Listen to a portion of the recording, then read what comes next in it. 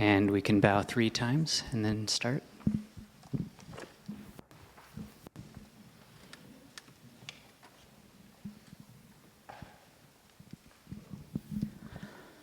Brahma chaloka dipati sahampati katanjaliyana diwaram maya chata santi dasata parajakajatika desetu dhammang anukampimang pajang.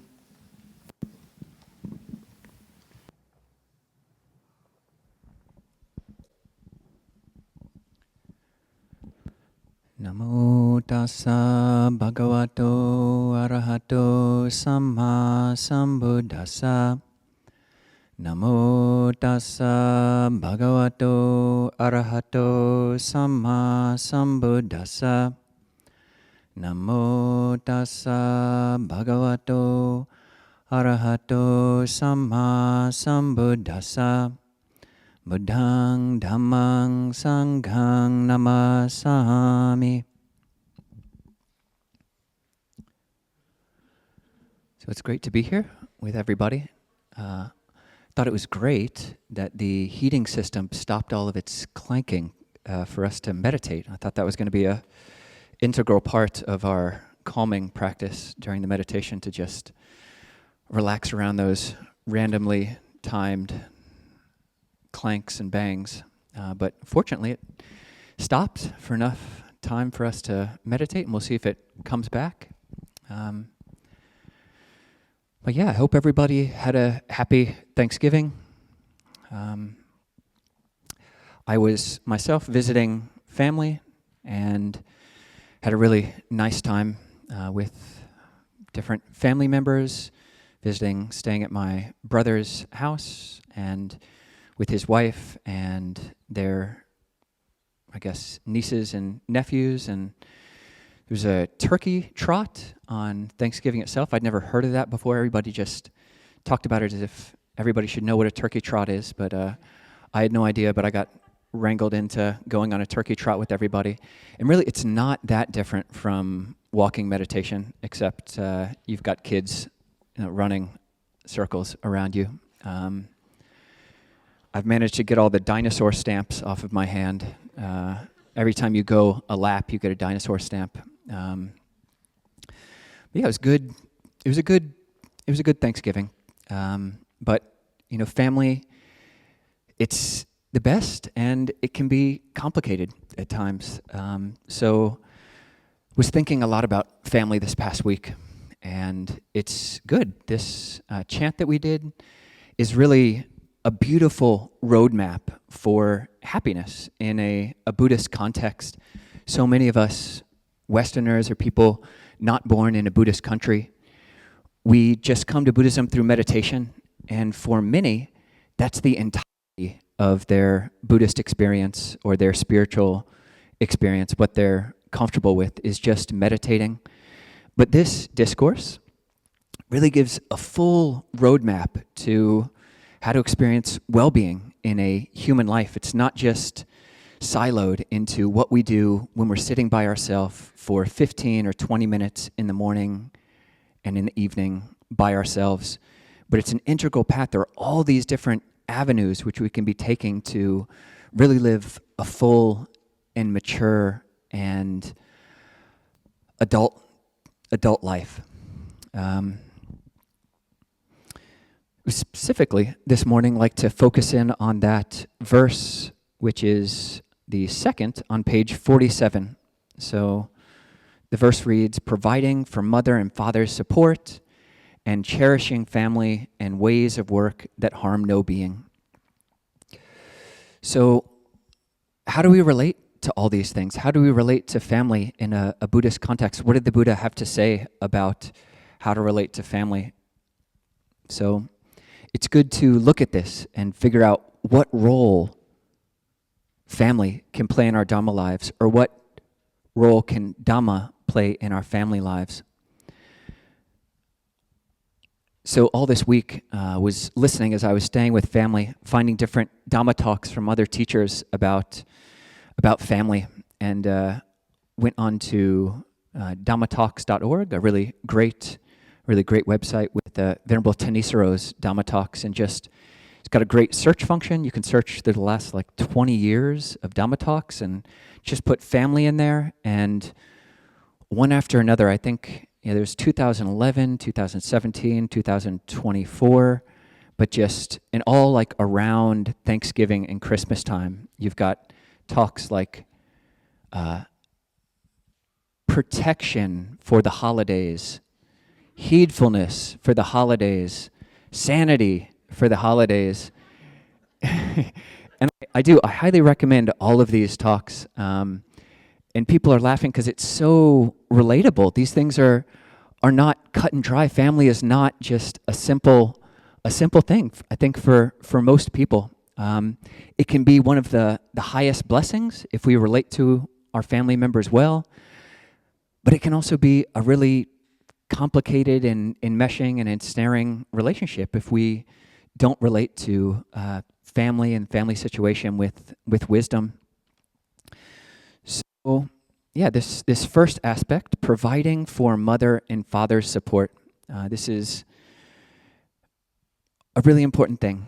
So part of what's called mundane right view, is a very simple and somewhat enigmatic statement. There is mother and there is father. There is mother and there is father.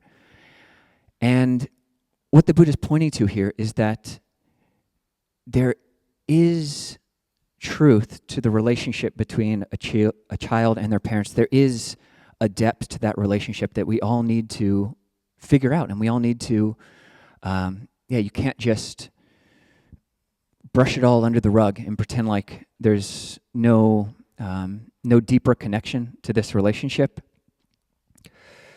It's causality. So much of Buddhism, the whole truth of paticca samuppada, or dependent origination, is about the causality of our own suffering. The Four Noble Truths are all about how we cause ourselves to suffer and how we can not do that.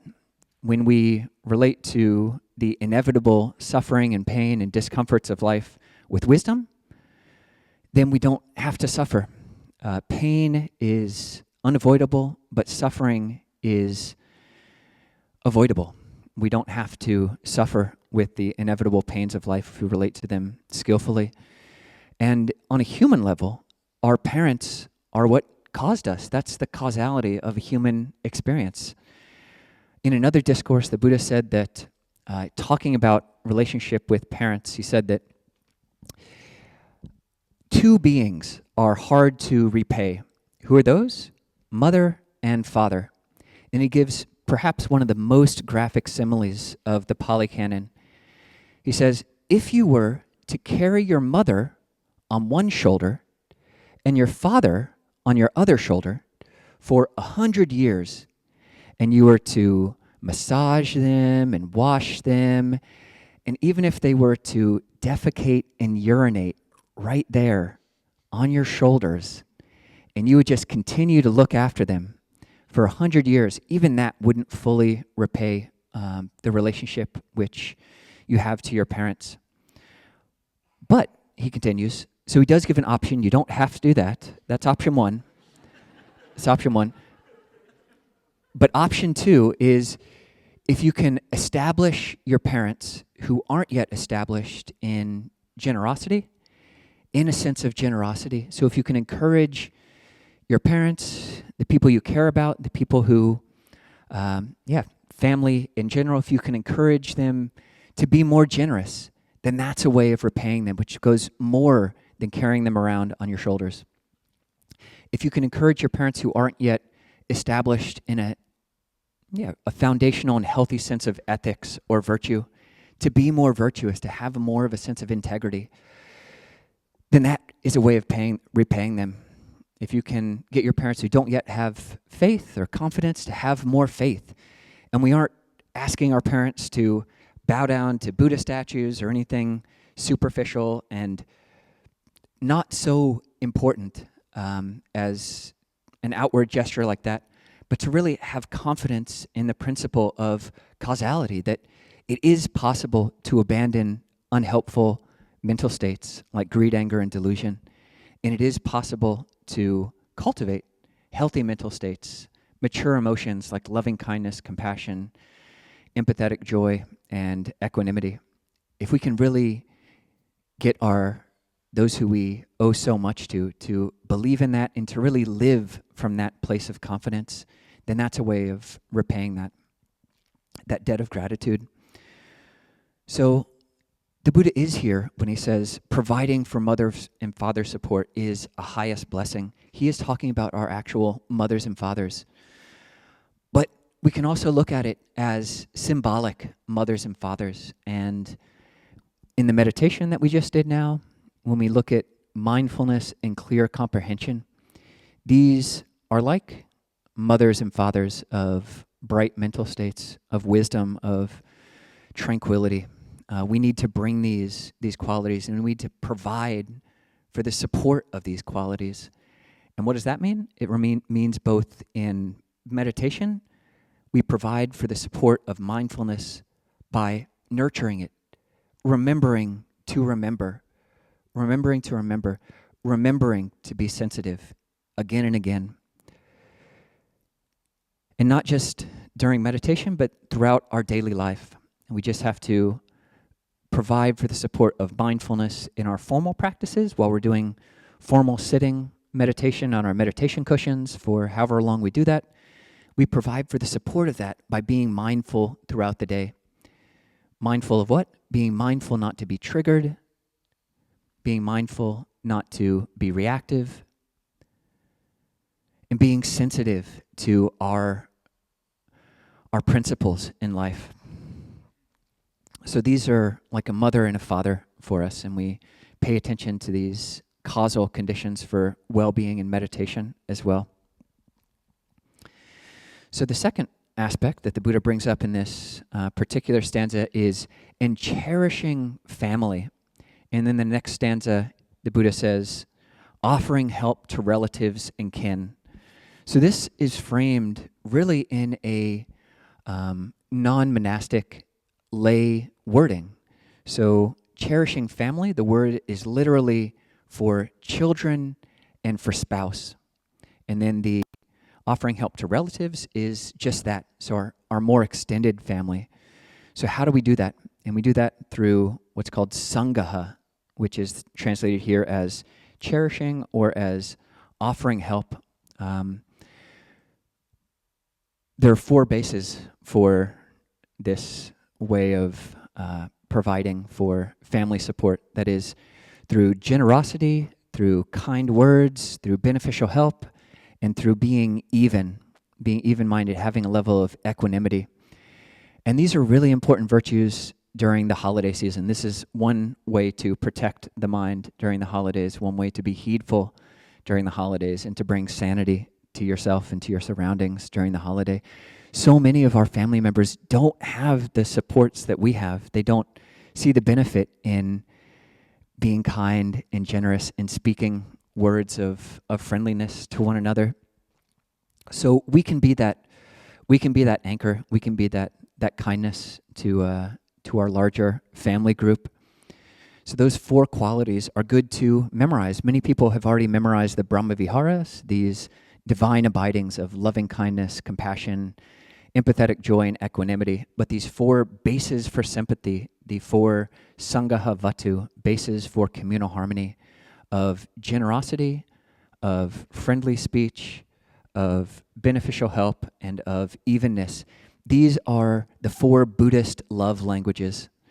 So figuring out how to both be sterling and to really practice these in our relationships is really important. You can see the effect of these as you bring them into daily life, interacting with your family.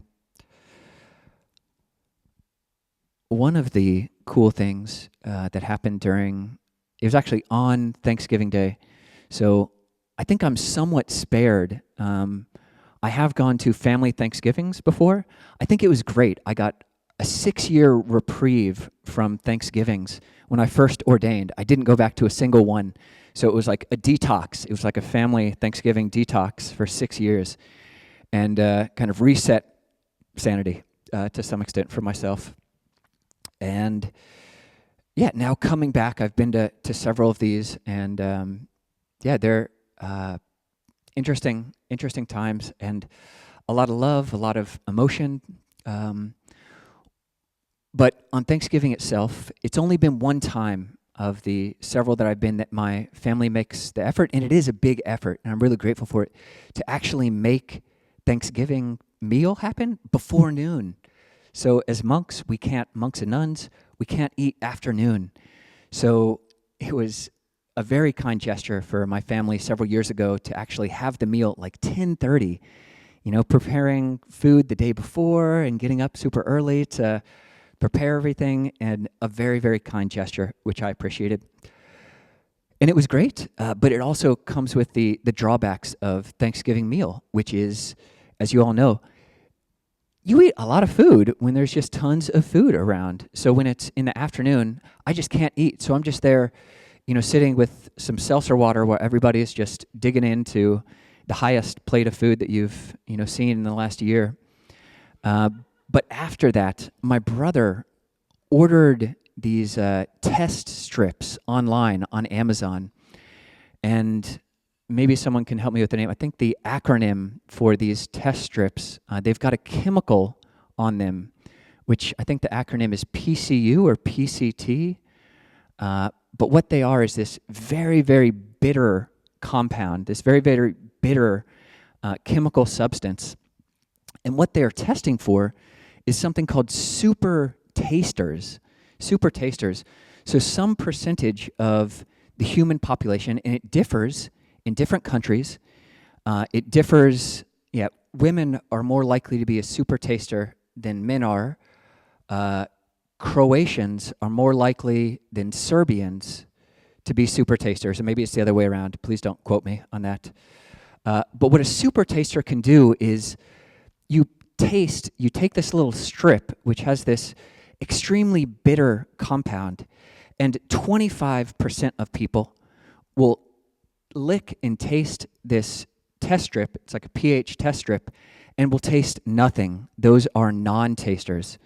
So my brother gives these out, and I put it in my mouth, and no taste at all. Just this completely boring. I mean, it's a very trustful act, and you could put anything on this piece of paper, but okay, little piece of paper, nothing. But then he gives it to my sister, and she licks half of it, and she makes the most kind of disgusted face. It's like a extreme bitterness. She is a super taster, and she only licked a part of it. And I'm saying, oh, I couldn't believe her face. So I'm like, okay, so give me the other half of that. Tasted it, and again, nothing. I ate half of her test strip, and nothing, no taste at all. And then you've got people who are medium tasters, who have some little reaction, but nothing like the super tasters, but it is something, not like the non-tasters. And so it was somewhat of a novel thing. It was about the same percentage that you find on an American population of about 25% are non-tasters, 50% are medium tasters, and 25% are super tasters. So I wish I had brought some of these strips. Maybe next week or some future week, one of you can get some of these. You can buy them off Amazon, apparently.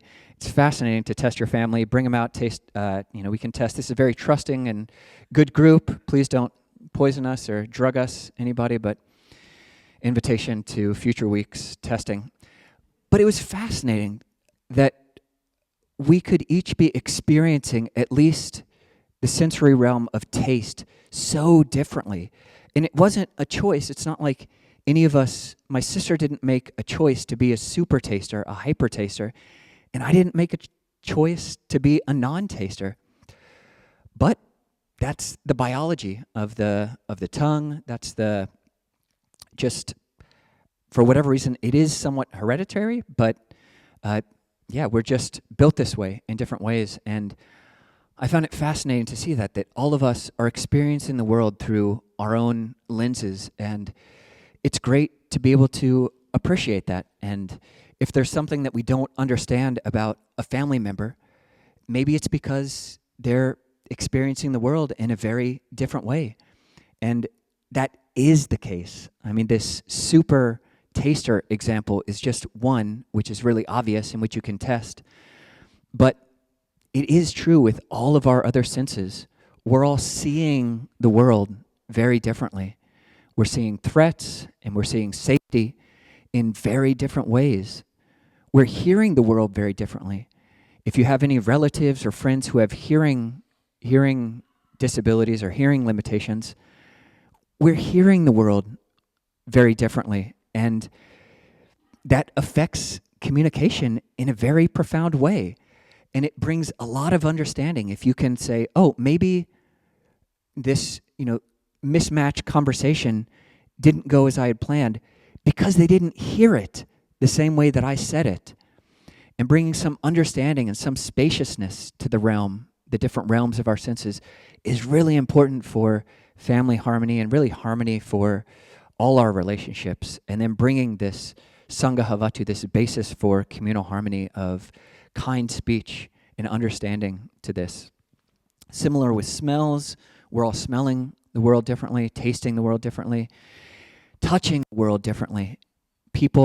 I think people who are neurodivergent often have just more physical sensitivity. So there's something called stimming, where people who are neurodivergent or maybe on the spectrum, just will stim, will do these different physical gestures to just calm the body, to relax the body, to pay attention to something other than the overstimulation that they're getting from the senses. And to just have an allowance for that for ourselves. If we ourselves are super touchers, people who, for reasons that we didn't choose, just feel the world, literally feel the world in different ways, and giving understanding and space for other people in the same way. And all the more so on the level of mind. We're all experiencing and thinking about the world in very different ways. I've got a couple of family members who, just are great people.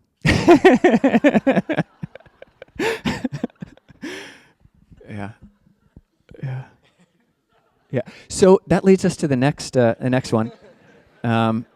So in ways of work that harm no being, the Pali for this is anākulā kammantā.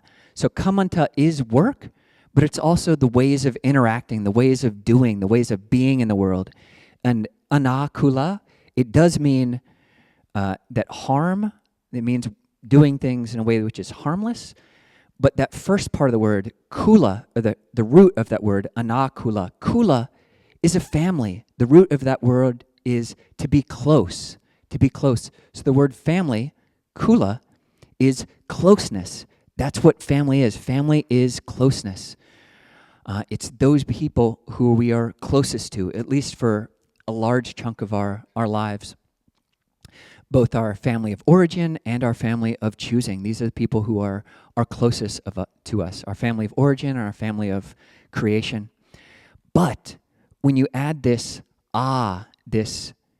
prefix to ākulā, it changes the kula root, which means closeness. Is a intensifier. So when you intensify closeness, it becomes entangledness. So this line right here, ways of work that harm no being, could also be translated as in ways of doing and being in the world which are not entangled. So ways of relating to those who are closest to us in ways which are not entangled, not obstructed. I just find that fascinating, that you take the beauty, which can be family, and you just intensify it. You go and live as an adult with your adult parents, and your way of loading the dishwasher is different from their way of loading the dishwasher. This intensity of this closeness can lead to lots of problems and entanglement and struggle. And how do we relate to that? So we do it by anākulā. We do and be and interact in ways that are not overly entangled. So we bring some space. We don't entangle ourselves with family in an unhelpful way. And that's great. That's great for everybody because we're all complicated humans. We're all complicated and imperfect humans. One of my teachers, in one of the talks that I listened to in this past week, was really talking about ways of being with family and really urging a lot of carefulness. This teacher, in a rather blunt fashion, said, yeah, you get a lot of Dhamma teachers, this is paraphrasing, you get a lot of modern Dhamma teachers that praise just going home or being with family, being with everyone in a way which is open and unguarded and vulnerable. And this teacher says, that is a recipe for disaster. That is a recipe for disaster. Being open and vulnerable, this teacher suggests, is a recipe for disaster. So how do we do this? How do we relate to, how do we provide for mother and father's support to these people who we do have this debt of gratitude for? These people who there is father, there is mother, in a way which is not disastrous. It really takes a lot of care. It's a balancing act. It's a balancing act. The Buddha, actually, in this vein of balancing, he gives this simile of acrobats. There are two acrobats. One of them is named Frying Pan, and the other one probably has another crazy circus-like name, but I can't remember what it is. But Frying Pan is the apprentice, I believe, and what they're doing is trying to balance the one on top of the other one. So having someone balance on your shoulders. And Frying Pan, the apprentice is spoken to by the teacher, and the teacher says, okay, you look after yourself and I'll look after you and you look after me, and then we'll perform the trick and then everybody will give us money and we'll be all be good. But Frying Pan says, no, it's not that you look after me and I look after you, but it's that you look after you and I'll look after me. And that way, everybody will be safe. So that's the balancing act that we can be responsible for. Ultimately, we are the owners of our actions, heir to our actions, born of our actions. Whatever we do, for good or for ill, of that, we will be the heirs. We're responsible for ourselves. We do have this relationship with family. It's a good thing to be able to provide for family to the extent that we can in a healthy way, which doesn't throw us off balance. But ultimately, we have to look after ourselves to do this balancing act. And by looking after ourselves, how do we do that? We look after ourselves by practicing the 4 foundations of mindfulness, being able to look at the mind and the body and feelings and mental formations in a way which is not enmeshed with them. We're not chasing after all the pleasant things of the world and running away from all the unpleasant things, but having a little bit of distance, a little bit of space. And by doing that, we're looking after ourselves. And how, by looking after ourselves, do we look after each other? Through compassion and goodwill. So that's ultimately what we can do.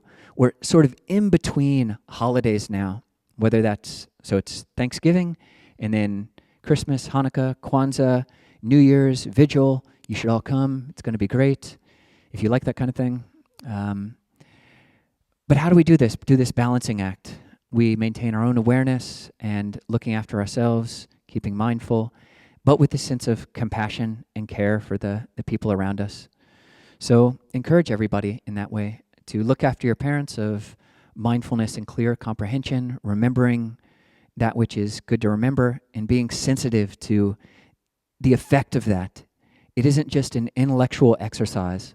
So on one level, the turning of the mind back to the breath, back to whatever we're trying to remember, is an intellectual exercise. It's a move, but we're sensitive to how it's landing. So encourage everybody to do just that, to be able to be with family, our extended family, in a way which is balanced and not overly entangled. Close, but not closer. So in the talk there. Handamayang Dhammakataya Sadhu Karang Dadamase. Sadhu, sadhu, sadhu, anumodami.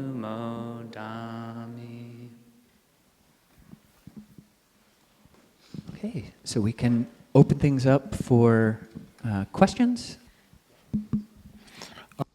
Yes, can you hear me? Yeah. Okay. Thank you for the Dharma talk.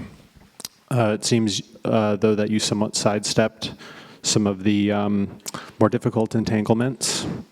And I know some of us, or at least I'm assuming, don't have the privilege of a normative family. And one way I wanted to put this question is, what if Mara is your mother? How do you spend time with family? Do you spend time with family? Yes, thank you.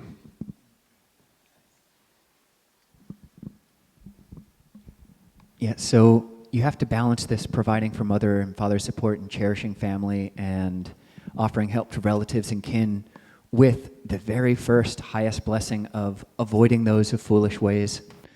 So knowing yourself, knowing them, knowing your own habits, knowing patterns which are deep and thick, and being realistic about that. It's not, Buddhism is not idealism, trying to force an idea of a happy family onto a situation which is not that.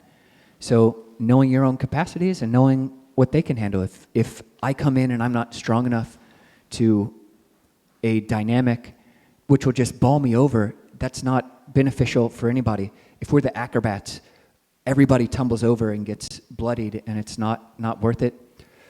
So being realistic about that and being compassionate. I mean, that's an act of compassion for oneself and for one's family in that situation. So, yeah, I would advocate just looking and feeling what's true there. So. Thank you for bringing that up. Who has complicated relationships with family? Good. I think just what Ajahn Kovilo said, I think really hits the mark in terms of judging what's actually beneficial. One thing I'd say is, there is a place for putting up boundaries, and I think that's one really powerful way of looking at anatta in Buddhism is if people are collections of saṅkhara, of pattern, which saṅkhara are you feeding?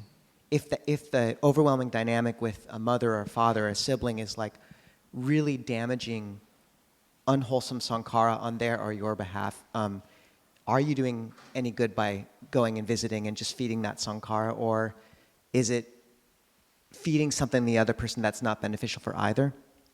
So I think there really is a place for boundaries and for some people to pull back quite a lot. I would also balance that, though, with saying that I think the Buddhist encouragement towards that recollection of there's mother and there's father is it's your responsibility as a child to always be looking for the point where something could be rebridged. Like, that's our duty. And to be very sensitive and to know that there is a debt always, even if you had a very problematic childhood. So to always be looking for that point where a bridge could be built again. I think there's a strong place for skillful means with this, which is like, is there an uncomplicated, unentangling way of just letting a parent know you love them? Like sending them flowers twice a year or something funny, like maybe their favorite flavor of cheesecake. You don't have to call them every week, but can you send them a cheesecake 3 times a year just with a little note? And just the amount of energy it takes to hold radio silence with someone is massive. It is massive. And that person can be a much bigger presence in your life through a stubborn cutting off that's not sensitive to the proper harmony than if you just have like a modicum of contact. And just to acknowledge like your relationship with your parents, there's no neutral to it. It's always a factor. So cutting it off might seem like you're trying to neutralize it, but often there's a valence to that too. And so yeah, like there is a place for drawing boundaries, but just to be always negotiating that and always looking for when you can bridge that gap, even in a skillful, gentle, non-entangling way. Yeah. Does that help at all, or does that answer the question a little? Yes, thank you. Okay, thank you for bringing that up. Ajahn Kovilo also had a great series of comics he wrote for his dad over the course of 2 years, and one deals with the analogy which he just gave at the beginning, but carrying your parents on your shoulders. Yeah. Yeah, in the comic, my dad chose the first option of being carried around on my shoulders, and I wasn't prepared for that in the comic. So, yeah, Glenn.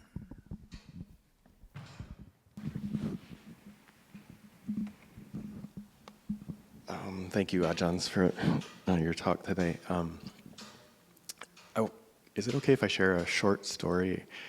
So I had a complicated and difficult relationship with my mother, and one Mother's Day I couldn't bring myself to call her, send flowers, or do anything. And I was on the way home from work at like 10, 11 o'clock at night, and I felt guilty. I'm like, ugh. But I didn't do that day because I was feeling so much anger and resentment towards her. I'm like, I'm not going to wish you anything on Mother's Day. And then I thought, ugh, what do I say? So I sent her an email that said, oh, I hope you had a good day. And I hope you are filled with love, and I hope you are peaceful and safe and protected. The metta phrases, and I'll call you tomorrow. Fast forward to the next morning, I receive an email response from her that says, oh, you're so beautiful and kind with your words. This is the first time I ever did it. And she goes, you know, you're just this amazing person who I love so much, despite everything that has happened in the past. And that was the first time in like 40 years she acknowledged that it might have been difficult. And it was the most amazing experience. So the metta did work. So my question to you is, how do we provide for mother and father, maybe siblings, kin, if they're passed on, if they're no longer here physically?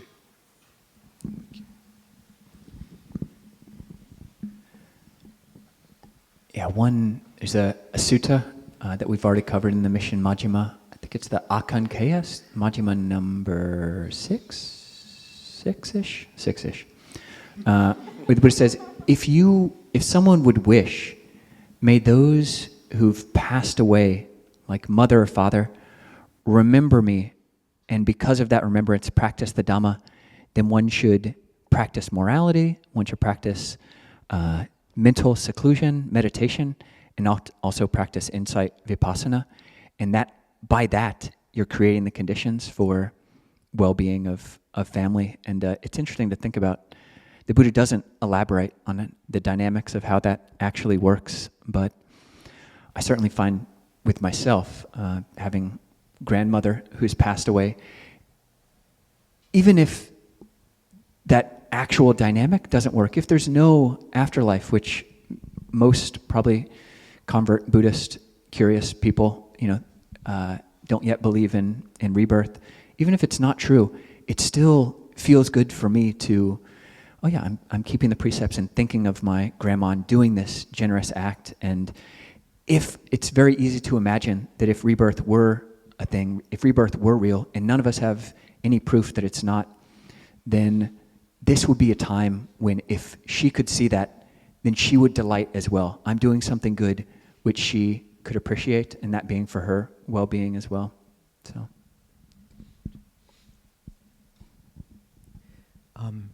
I was staying with a teacher named Ajahn Kalyana in Australia, and a woman came up after and said, my mom passed away and I've just dreamed of her this last month, and she's shivering and cold and her clothes are in rags and she's just asking for help. And Ajahn Kalyana said, yeah, she's actually in an in-between state in a ghost realm. You need to do good acts and dedicate it to her. She'll be able to feel that.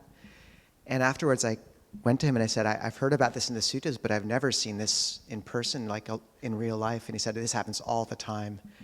So in every culture except ours, there's a way of recollecting and dedicating to the dead. Dia de los Muertos, ancestor worship in China, in Thailand. So yeah, when you do good acts, remember those who have died and bring them to mind. And if the Buddha said that if they are nearby, they can feel the goodness, and it feels good if you know someone's thinking of you. Especially if someone's died, for the 7 days after that, light a candle in the morning and evening and dedicate merit, meditate, spread loving kindness. And then in Thailand, they don't just end at 7 days, they'll come back around and do another ceremony, in a month, and then in 3 months, and then in a year. So just keep on doing that. And even if, like Ajahn Kovilo said, there is no afterlife, it changes your relationship to the memory. And one other thing I'd just say is, this isn't some rosy-eyed view of one's parents. When we don't forgive parents, it's like we trace our suffering back to what they did. But it's like this limited view of conditionality, like take that back. What about when they were 5? Just go on back farther until you see them as a child. And there's forgiveness hiding there. And to know that, I think this is the problem, is that with modern forms of therapy, so many of them do trace back your suffering and your stories to childhood. And yeah, like a lot of those lead to your parents, The problem, though, is that without that framework of sanctity, like this is a sacred relationship, if there's that feeling of framing the parent-child relationship as sacred, then it becomes this crucible for you to become patient and loving. But there needs to be that sacred framing, because otherwise there's too many saṅghās running around in patterns and friction, and it just rips apart. But if there's the framing, then it becomes the most powerful way towards forgiveness and love, that relationship, if it's held like that. And in Thailand, every year, the kids will come and wash their parents' hands and ask for forgiveness. It's like such a beautiful relationship, so. Thank you. Carl?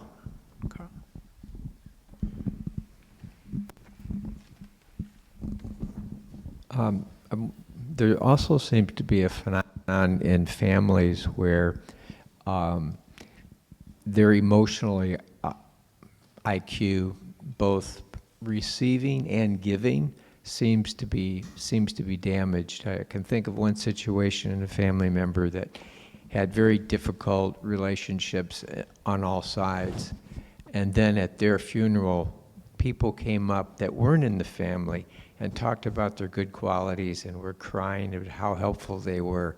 And so there's something that seems to be that family sometimes brings out the worst in both sides of us, and we can't see the good of others and they can't see ours. If you could just comment on that. Yeah, thank you, Carl. Yeah, it's very true. I mean, cultivating an emotional intelligence is very important as well, and it can very easily be overlooked if someone's foregrounding some form of spiritualism, which is just meditation, or just an intellectual appreciation of a spiritual life, just reading suttas or reading books about meditation. But we do need to educate ourselves on the emotional level, and I feel like figuring out at least, and it's probably a lifelong education, but how to relate to family, that aspect of emotional intelligence is just so important, and you can't just bypass it. And it will not look the same for any family. But being sensitive to that and just realizing that you can't ignore this part of our being.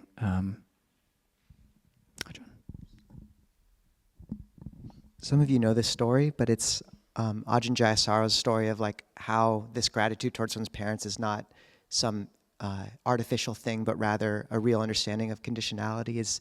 He was wandering through, I think, is Israel or Iran during his time before ordination, and he'd been traveling around Asia without money just to see if it could be done. Traveled over the Afghanistan mountains and rolled up in a rug, not because he was being smuggled, just to stay warm.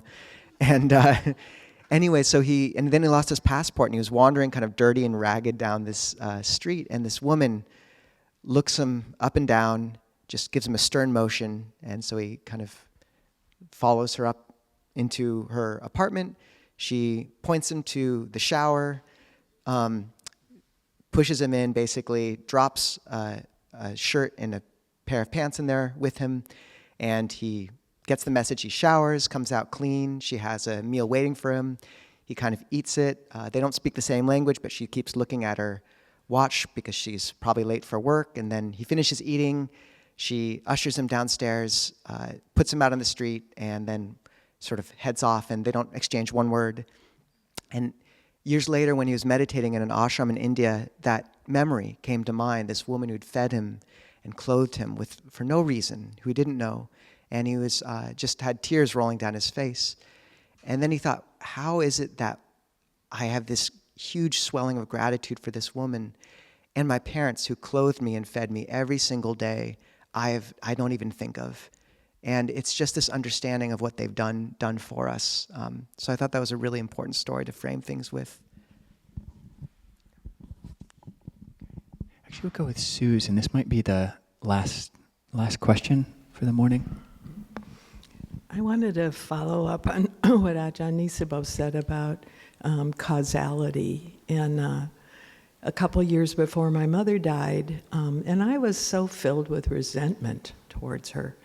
And I think it was the practice and having studied dependent origination, and I started thinking more about what her life had been like and why she came to parenting with the skills and the perspective that she had. And when I went through my own forgiveness practice, the biggest gift was the change in my own heart, because the resentment was gone.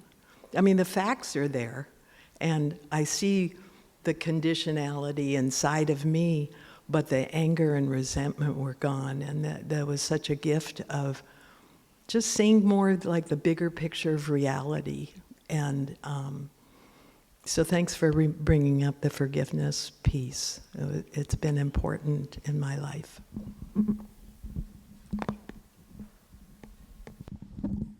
Thank you, Suze.